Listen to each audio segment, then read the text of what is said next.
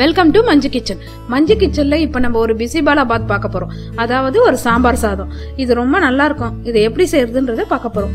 இப்ப இதுக்கு தேவையானது ஒரு பெரிய வெங்காயம் ஒண்ணு நான் கட் பண்ணி வச்சிருக்கேன். தக்காளி நல்லா பெரிய தக்காளி 2 வச்சிருக்கேன். கேரட் பெரிய கேரட் 1, பீன்ஸ் ஒரு 10 பீன்ஸ், கொஞ்சம் சொரக்காய், கொடமிளகா 1, அப்புறம் கொத்தமல்லி உங்களுக்கு எவ்வளவு தேவையோ அவ்வளவு போடலாம். கருவேப்பிலை கொஞ்சம். இப்ப முருங்காவை இந்த மாதிரி நீட்டா கட் பண்ணி வச்சிருக்கேன். ஒரு முருங்காவை 2 கட் பண்ணி வச்சிருக்கேன். 1 கப் அரிசி, 1 கப் அரிசிக்கு 1/2 கப்பு நம்ம தோரம் பருப்பை நல்லா வேக வச்சு வச்சிருக்கேன். இப்ப பாருங்க, அந்த ஒரு கப் அரிசிக்கு இவ்வளவு காய் போட்டாதான் நிறைய காய் சாப்பிடுன்னு இப்ப சொல்றாங்க. அதனால காய் நிறைய சேர்த்துங்க. இப்போ மிளகா பொடி 1 ஸ்பூன், இது புளியோதரை பொடி 1 ஸ்பூன், இட்லி பொடி 1 ஸ்பூன், உப்பு தேவையான அளவு, ஆயில் உங்களுக்கு தேவையான அளவு நீங்க போடலாம்.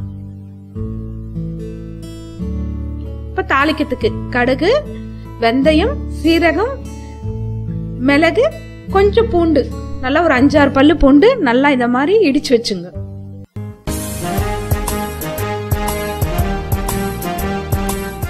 இப்ப பாருங்க, ஒரு குக்கரை வச்சுட்டு உங்களுக்கு தேவையான அளவு ஆயில் போடுங்க. இப்ப கடுகு, வெந்தயம், சீரகம் எல்லாம் ஒரு சின்ன சின்ன ஸ்பூன்ல ஒவ்வொரு ஸ்பூன் அப்படி போடுங்க. பூண்டு மட்டும் கொஞ்சம் நல்லா ஒரு 5-6 பல்லு போடுங்க, நல்லா இருக்கும். பெருங்காயம் கொஞ்சம் நல்லா தூக்கலா போடுங்க. அப்பதான் சாம்பார் சாதத்துக்குலாம் நல்லா வாசனையா இருக்கும். அந்த பெருங்காய வாசனை நல்லா இருக்கும். இப்ப பாருங்க, வெங்காயத்தை போட்டுட்டு நல்லா வதக்குங்க. இந்த வெங்காயம் எவ்வளவு வதங்குதோ அப்போ உங்களுக்கு சாம்பார் சாதம் நல்லா டேஸ்ட் கொடுக்கும். கடகடன்னு எல்லாம் போட்டுக்கூடாது. வெங்காயத்தை நல்லா வதக்கிட்டு அதுக்கப்புறம் தான் நம்ம காயெல்லாம் போடணும். தக்காளி பாருங்க, 2 தக்காளி. எப்பவுமே சாம்பார் சாதத்துக்கெல்லாம் தக்காளி நிறைய போட்டுட்டு புளி கொஞ்சமா போடணும். தக்காளியை நல்லா வதக்கிக்குங்க. கருவேப்பிலை கொஞ்சம் இந்த மாதிரி நல்லா குத்தி விட்டு தக்காளி நல்லா எசன்ஸ் எல்லாம் இறங்கணும். அப்பதான் இந்த புளிப்பு டேஸ்ட் உங்களுக்கு வரும். இப்ப பாருங்க, இப்போ நம்ம 1 டம்ளர் போடுறதுனால இந்த காய் போடுறோம். சொரக்காய் ஒரு பெரிய கேரட் 1, பீன்ஸ் ஒரு 10 பீன்ஸ்.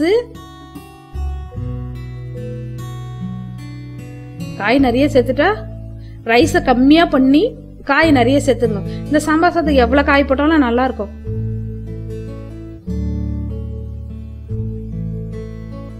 இதெல்லாம் நல்லா வதங்கிச்சு. இப்ப நம்ம 1 கப் ரைஸ் போட போறோம். ரைஸும் இந்த எண்ணெயில போட்டு ரொம்பலாம் வதக்காதீங்க, சும்மா அப்படி, அவ்வளவுதான். நம்ம ரொம்ப வதக்கிட்டோம்னா நம்ம பிரிஞ்சி மாதிரி ஆயிடும். அதனால வதக்காதீங்க, சும்மா லேசா அப்படி கலரி விடுங்க. இப்போ 1 ஸ்பூன் மிளகாத்தூள், 1 ஸ்பூன் சாம்பார் பொடி, 1 ஸ்பூன் மஞ்சத்தூள், 1 ஸ்பூன் இட்லி பொடி, 1 ஸ்பூன் உப்பு தேவையான அளவு.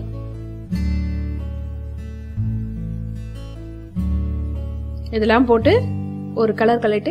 இப்ப நம்ம என்ன செய்யறோம், பருப்பு வேக வச்சு நல்லா கடைஞ்சி வச்சிருக்கோம். இதுலயே நம்ம ஒரு எலுமிச்சை அளவு புளி நல்லா கரைச்சி அந்த பருப்புலயே போட்டு எல்லாம் ஒன்னா மிக்ஸ் பண்ண போறோம். இப்ப நம்ம இந்த பருப்புல நமக்கு எப்படியோ 1 டம்ளர் தண்ணிக்கு வந்துடுச்சு.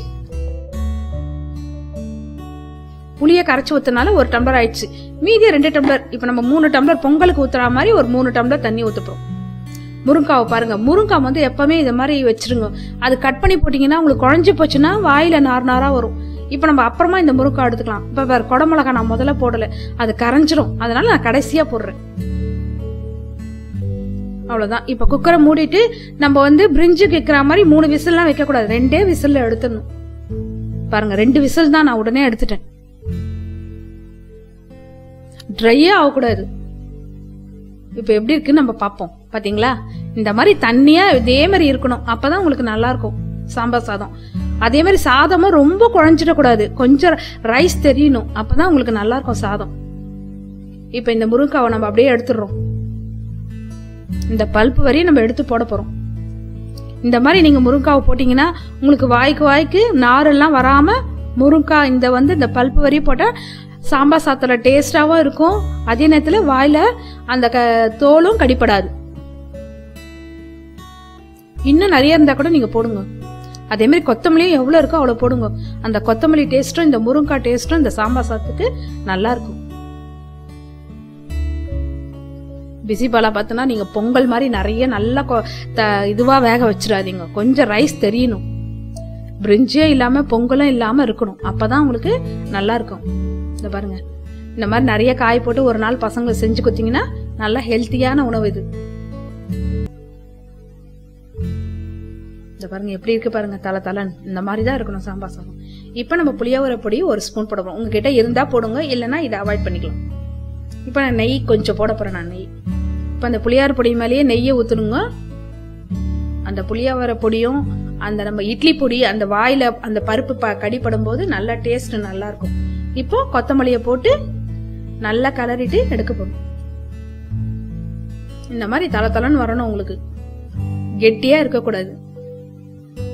அதே நேரத்துல ரைஸ் ரொம்ப இதுவாகவும் இருக்கக்கூடாது. இந்த மாதிரி இருக்கணும்.